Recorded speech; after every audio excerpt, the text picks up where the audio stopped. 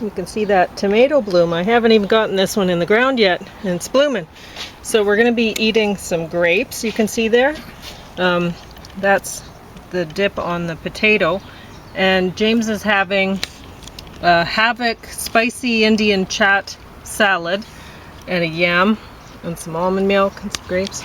And I'm going to talk about why insects matter a little bit. And then I'm going to talk about all of these. So Archangel, Petite, Maman, the Gutter, the Unbreakable Boy, and Werewolves. And you can see these are James's free seeds, free 5 packages from the library in there. And not very many seeds in each package. Now they're beans, right? Yeah. So they're a bit bigger than some seeds out there. That's true. So that's okay, because he got 5 packages, so there were 7 seeds in each package. And we counted them out. I did. They counted them out. Yeah, they did. And I counted them out too. They don't even do that with Smarties, folks. Really? So you've noticed? You counted them? It looks as though they try to average 10. Sometimes it's 11. I've never found less than 9. Okay, so that's okay. Don't worry. Well, it's fine. I'll just. So what's happening is it's okay. That's now. How's that? That's. What is going on? I don't know. I'm on something weird or something. Anyway, not to worry. I'm going to collapse. Well, they're not very good chairs. They were given to us years ago, and I'm very thankful for them. But anyway, so this is my biggest of my tomatoes, and there's been years where I've had bigger, but this one is at this stage of the game. No. Oh yes, oh for sure at this stage of the game, but at planting stage, if that's what you mean. Now you're saying these are really hot, are they? They're kind of onion rings? Or? Yes, that's why you have the almond milk. They're not onion rings, they're these things. Indian Chaat or whatever. Okay. So I'm soaking the beans so that I'll plant them tomorrow morning in James's yard. And I'm drinking a lot of water because... Well, it was warm in the yard when we were planting. And that's all I want, really. I brought out grapes, hoping that maybe I'll get an interest in grapes, but honestly, I'm just really... So, I'll read a poem. I was waiting for one of my tomatoes to bloom, and this one has lots of bloom buds on it now. And oh, another thing I should mention. See, James was concerned about the leaves here turning yellow, and it's true, I haven't fertilized, and this guy's due for some, and it's also due for getting out of this pot. It's pretty full, so don't worry about that either, whatever it is. So if I took this out of the pot, it'd be root bound like crazy, so we'll see. But it's not a problem that the bottom leaves are yellowing, because see, there's where at each node there's a new stem coming out, right? So everywhere where these leaves are, they're branching out. So it doesn't matter. It's supposed to be like this. It's good. Well, and most it's a very happy, flourishing. very happy tomato. So I wrote this poem April 6, 2025, after watching. I think it was on the first disc of this. And so yeah, I wrote this poem, and I was waiting for my guys to bloom so that I could read the poem. Today I learned to flower Constancy. Some have it in abundance like the bee. When on a single outing, each will see one single type of bloom repeatedly. I also learned tomatoes have evolved to pollinate without a bee involved. When hives collapse, will humans be resolved to eat tomatoes with their guilt absolved? So many blooms depend on constancy. Tomatoes still appreciate the bee. Fruits swell far larger when they're buzzed, but we can buzz the blooms and will eventually. We have a kind of constancy as well, to just sit back and watch things go to hell. Because I wasn't in a great mood that day. But anyway. It's hard to be in a great mood any day these days. Yeah. So anyway, I'll set that there, because I'm not going to talk about that again. I just wanted to mention it with the poem, right? That was all I really wanted to say. I would look at my. So I showed you the bloom at first, and you may have noticed if ever you look at a tomato bloom, you're like, how in the world does it get pollinated, right? Because you can't see any of the reproductive organs. There's just a bunch of petals and some, I guess that'd be sepals or something that are fused together. But anyway, I've always wondered, because when I plant tomatoes, I'll sometimes put a whole bunch of different varieties, like I am this year. And sometimes my tomatoes stay true the next year when I plant them, and sometimes no though. So yeah, they self-pollinate, but they must also not, because honestly, I don't know how it happens, but sometimes, like I've been growing my lemon boy tomatoes year after year after year after year. And I think it was last year or the year before I grew them, all of a sudden they were orange. I was like, oh, well, not quite lemon boy anymore, right? But anyway. That's so, bizarre. Yeah, I don't know. So, and I've had other varieties like I call them Starry Night, but I don't know what they're actually called. I've tried to find them online and I can't, because I've been growing them for years and I don't remember what they were called. But they're very pretty, but they don't taste that great. They're actually our least favorite tasting tomato that we grow. But there are I like growing them all the same. So with that one though, it doesn't seem to stay that true either. The starry bit on it kind of washes out. I've noticed that. But I don't know, we haven't grown this. James picked out dragon tongue beans. We haven't grown them before. We'll see. Maybe we'll like them, maybe we won't. I don't really know. Just something to try. And I'm thankful for those too. Anyway, so most of this deck dinner, a dinner and a movie episode, won't be about gardening or about insects. It's just what I've been doing a lot of gardening, so it seeps into whatever, right? But it's mostly going to be about Russia. Somehow it just turned out that way. So I've already talked about the Salisbury poisonings based on true events just a little bit, and we didn't get a chance to review these other things, and I am going to give a spoiler alert. We're going to talk freely about these things. So you saw the lineup. Archangel, especially if you're a Daniel Craig fan, this was really good. It was a little bit over 2 hours long. It didn't feel long. It seemed long. There was just. Oh really? No, I wasn't. Oh, okay. Following. Well, I really enjoyed it. It was well written and everything, and Petite Maman, this is really interesting. If you're Canadian, it's going to seem too much like Canada. Archangel's way up there. Archangelsk is what it's called. It's on the. We were talking to somebody else yesterday Artichoke. who had just went to St. Petersburg he went on, it looked like, from the sounds of it, a whole world global tour.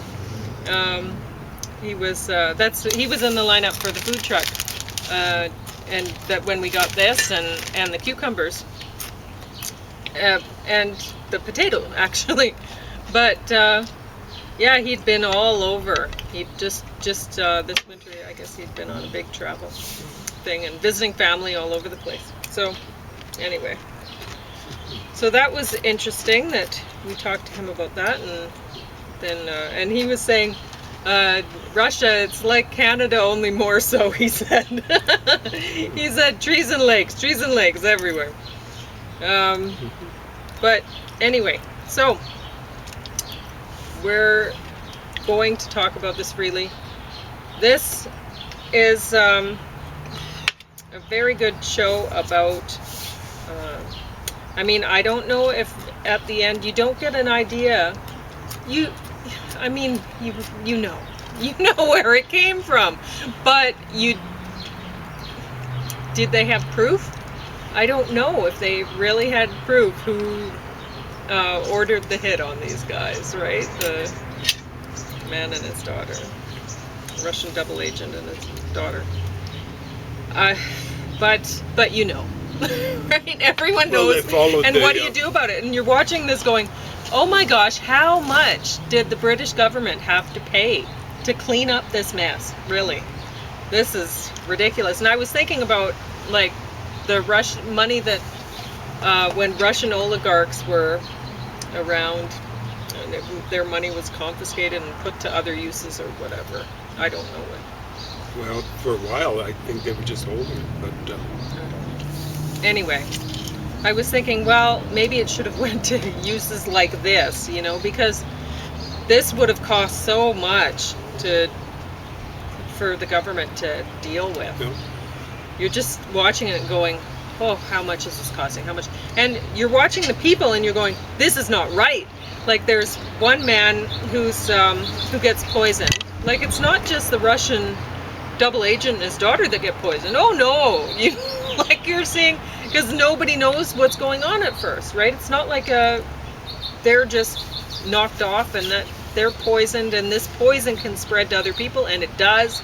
And so there's one guy who's a police officer and he's doing his job. He gets poisoned.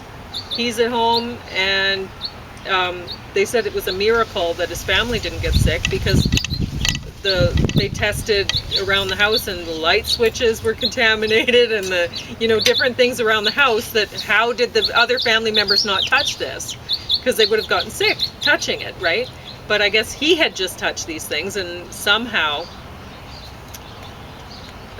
they were spared. And so anyway, he ended up fighting it, and he made it. He survived. But he was in ICU for quite a while there and wasn't doing well. It's amazing. And so anyway, and there's another guy who, he was a friend of this Russian double agent and his daughter. They knew them well, and they'd pick them up from the airport, or pick the daughter up from the airport, actually. But he went with the guy. And so his truck was used to transport them, and the government, they don't know when these people were in contact with this poison, right? So his truck ends up being confiscated, and the policeman and his family, they lost everything. Like all of it. It showed their house empty. Like I don't even think they had a front door. I think it was a piece of plywood that they'd stuck up there. And so they lost their front door. I shouldn't laugh. And because like there were plastic hanging and everything, they probably lost their light switches also, anything, right, in their house that, but they lost everything. So I guess they still had their house, the shell of the house there. And I guess everything had been incinerated, and they're talking to some official, and the person tells them, well, sue Russia or whatever. And it's like, wow, if I was told that after they just took everything, and here, like, he's the police officer, he was doing his job, and he loses everything, and he's not being compensated for this stuff. That was someone in the army said that? No, somebody Secret else. Service? So, I don't know. Somebody else. Hard to tell when someone's Secret Service. Yeah, and so somebody talking to him, like he was talking to somebody about, and they're like, sue Russia, and it's like saying, because well, they're not going to be able to sue Russia. So really, it's a terribly rude thing to say to somebody when they've lost everything like that, when he's just done his job. It's amazing. So, and the guy who had picked up the daughter, the Russian double agent's daughter, at the airport, and he lost his truck, and he's talking to them. It's an army. The military is picking up the truck, right? And he's talking to an army guy, and he's like, no, you're not. No, you're not taking it. And the army guy's like, yeah, we are. If you have a problem, call this number. He gives him a card. And the guy's like, when am I getting my truck back? And he said, probably never. And he's smiling. And you're like, wow. Like, that's terrible. Because this guy had just volunteered. He'd called in to say, I think I was the last person that talked to them before they died. So he's volunteered this information. He calls in to try to help, and he gets his truck confiscated. No compensation for anyone, and it's like, whoa. Watching this, it makes you wonder, will anybody call in to try to help in the future? They're not compensated. Will they call in? I don't know, right? People might want to keep their truck. I'm going to be checking out to find who was the Prime Minister of England then, or whatever they call it, the United Kingdom. I suspect it was Boris Johnson, and he 2018. was... Yeah, 2018. So I'll be checking it up. And he was put in by Putin. It turned out he wasn't a loyal vassal, because he actually helped out, apparently, with the Ukrainians when the Russians first invaded there in 2022 or something like that. But Boris was a stupid idiot. He was another one of these guys that didn't take the plague seriously. The other guy is the guy who was really responsible for not dealing with this properly. The leader of the free world. Not the leader of the free world anymore. He's the follower of Putin, and that's Donald Trump. He should have got on the horn with Putin, and actually it should have been it should have been recorded for posterity. If you want more on your salad, go ahead. It should have been recorded for posterity. Hey, Vladdy, you do anything like this again, and it's World War III. And that should have been recorded on camera on Donald Trump's side. Someone was saying to me recently, wow, he's a real brave guy. Biden's a coward. I'm going, no, it's just the opposite. Donald Trump is a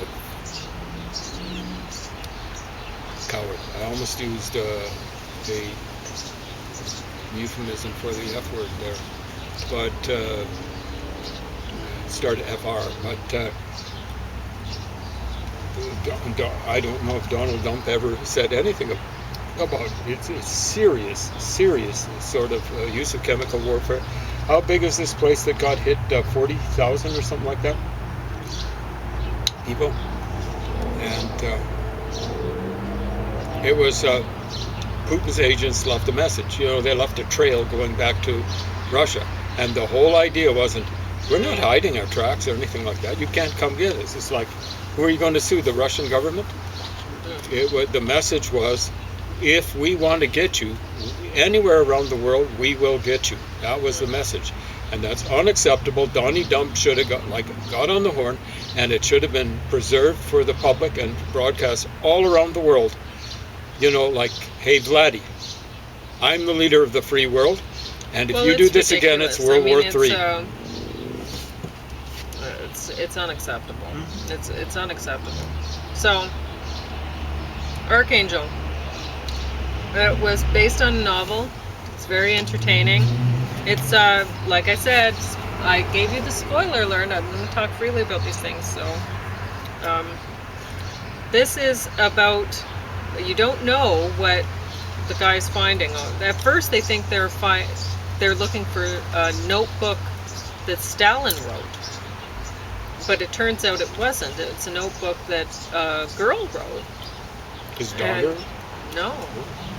And so then you're wondering about that. Well, who's this girl and whatever? And you realize, Stalin was trying to find a perfect woman who's just young. So she would have just been a virgin, right?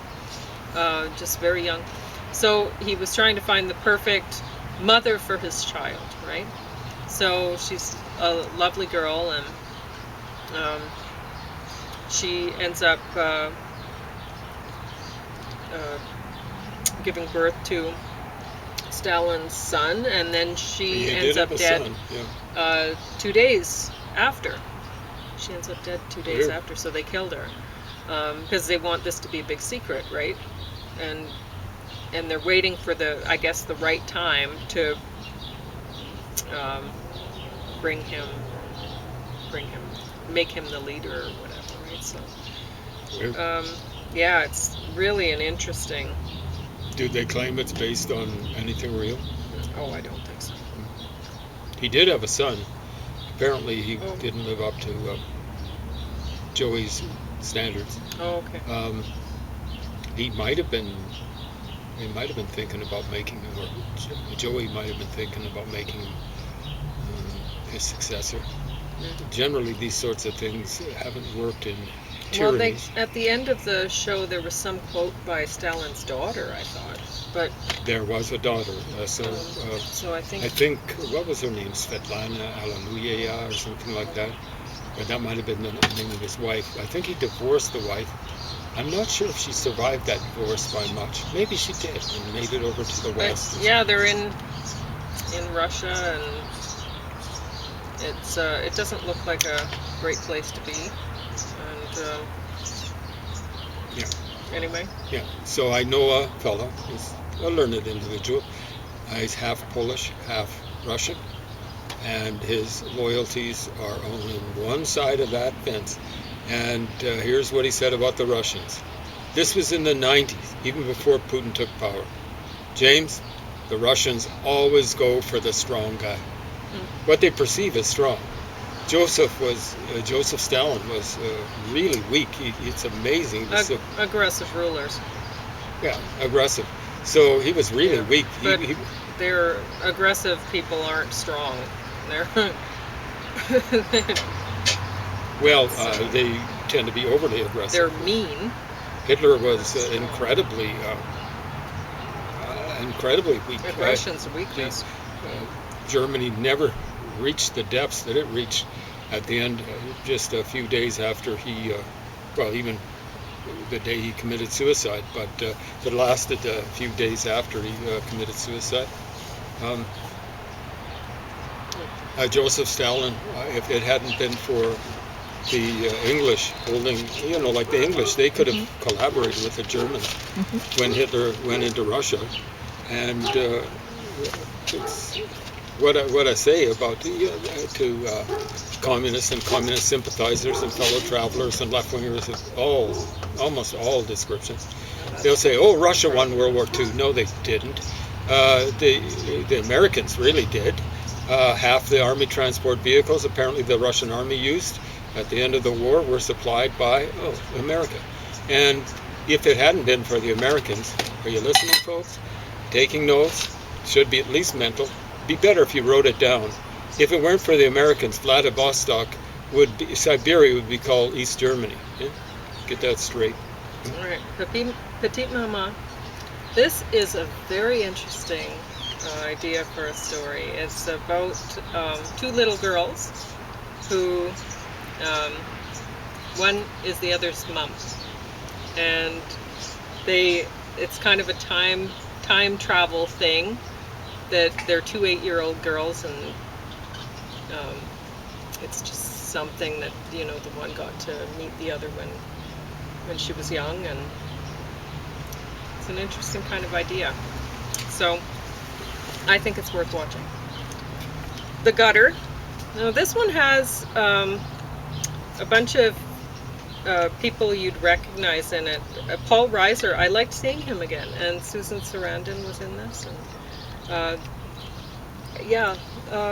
it was entertaining enough. It's basically, there are some funny jokes in this and stuff, and he's bowling. Bowling's not cool, and he's an African American guy who he just happens to be a super bowler, and natural talent, throwing the rock, and so he's trying to win a competition, and it's one of those. It's kind of like you watch a movie and it's like a dance off or whatever at the end, and whatever. It's kind of silly. It's formula. Light comedy, whatever. But at the end, he doesn't win. He's a loser at the end, and so it's kind of funny. So it's not the worst movie in the world. It's just doesn't make top of the stack for sure. The Unbreakable Boy, based on true events. It's told as though it's the young boy who's autistic, and he has this condition where his bones they break easily. They're like chalk. So he's breaking his bones all the time. And so it's told as though it's him telling the story. But it doesn't seem like that. It seems like it's his dad telling the story. And his dad's an alcoholic, and he decided not to be. And turned his life around, sort of thing, and whatever. So It's been known to happen, folks. Yep. So anyway, it's Dove approved. So, and it feels that way when you're watching it. It's just, you know, the story is okay. It's just not told well. That's all. It's not believable that it's coming from this kid. It should have been maybe the kid's story, and my family's helping me tell it, right? Because the kid's not going to be talking about how the first time the parents met and this and that and whatever, right? They really blew it that way. Werewolves, wow, they really blew it. This is bottom of the stack. This deserves bottom of the stack. This is the kind of special effects they had in here. Most people doing a horror movie would make it darker to hide the fact that the special effects just didn't cut it, or they were a little bit silly or whatever. But it kind of reminded me of Gremlins that way, with, you know, Spike, whatever. So the werewolves, they have different character costumes or whatever, so you can tell them apart. It's silly. So nobody would want to watch this. Not even the parents of the people who were working on it. So that's all I really had to say. That's my stack today. I hope Daniel Craig is still doing the James Bond thing. Well, I think they kind of wrapped that up. So I don't. 1 minute and 40 seconds to talk about. One of these days I'll get you around want. to some of these books I've been threatening you folks with. Excuse me, The Trail of the Fox. It should have been The Trial of the Fox. Erwin Rommel, German general, World War II.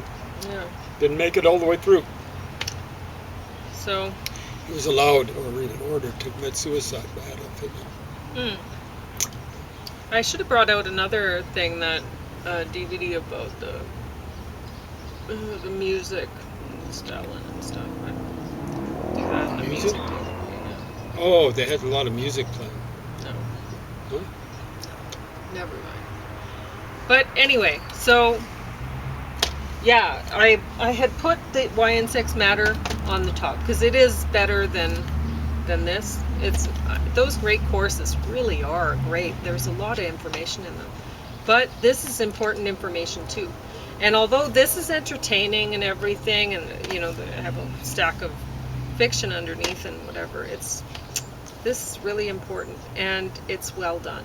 They did a great job making this. They talked to a lot of people, and they got a lot of information to share, and they did a good job sharing it. So I don't know. I can't imagine anybody would do a better job with this. I couldn't have imagined that I would want to watch a show about this, so it worked out.